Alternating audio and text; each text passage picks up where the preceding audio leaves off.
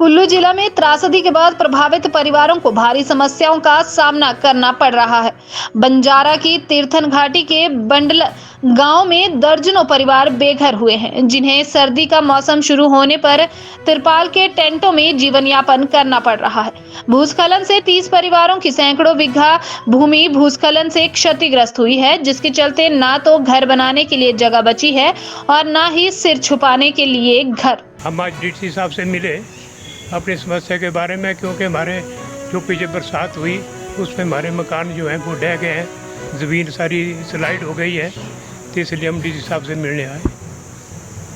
कम से कम 30 परिवार हैं और इस वक्त हम डीसी साहब से ये कह रहे हैं कि जैसे लैंडस्लाइड हुआ है उस पर भूवैज्ञानिकों की रिपोर्ट अभी तक नहीं आई, क्या उन मकानों को हम रिपेयर कर सकते हैं या नहीं कर सकते हैं, इसकी जानकारी डीसी साहब ने कहा कि तुरंत दी जाएगी।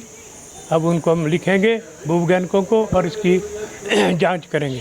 तो मद्देनज़र रखते हुए जुलाई 9-10 तारीख को जो भी बाढ़ हुई, बाढ़ में वहाँ पर हमारे गुशैनी बंदल ग्राम पंचायत चर्ची कोशनाली बंदल में 25 घर जो भी पानी के साथ बह गए थे और दरारें ज़मीनों में दरारें आ गई है, घर टेढ़े मेढ़े हो गए हैं।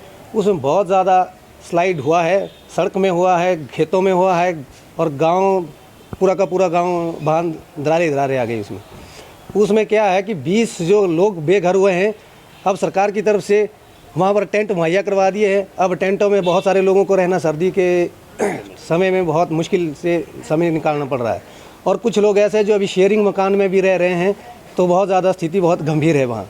अब आज हम डीसी साहब से मिलने आए कि हमारी समस्या को मद्देनज़र रखते हुए इसके ऊपर जो भी कार्रवाई होगी हम उसकी प्रतीक्षा करेंगे। और ख़ास करके जियोलॉजिस्ट की जो हमने बात की थी आ करके, उनकी अभी तक कोई रिपोर्ट हमारे पास नहीं आई, तो डीसी साहब कहते हैं कि जल्दी से इस रिपोर्ट को मुहैया किया जाएगा। उसके बाद तुरंत आपको बता दिया जाएगा कि घर ज़मीन यहाँ पर घर बनाने लायक है या नहीं। अगर ऐसा नहीं होता है तो फिर आप लोगों को अल्टरनेट ज़मीन का प्रावधान किया जाएगा। मैं बलिराम तीर्थन घाटी विशेणी बंदल गांव के साथ लगता कोशनाला, वहाँ पर जो है 15-20 घर जो है बिल्कुल ही बरसात में जो है दरारें पड़ गई है, बिल्कुल टेढ़े मेढ़े हो गए हैं।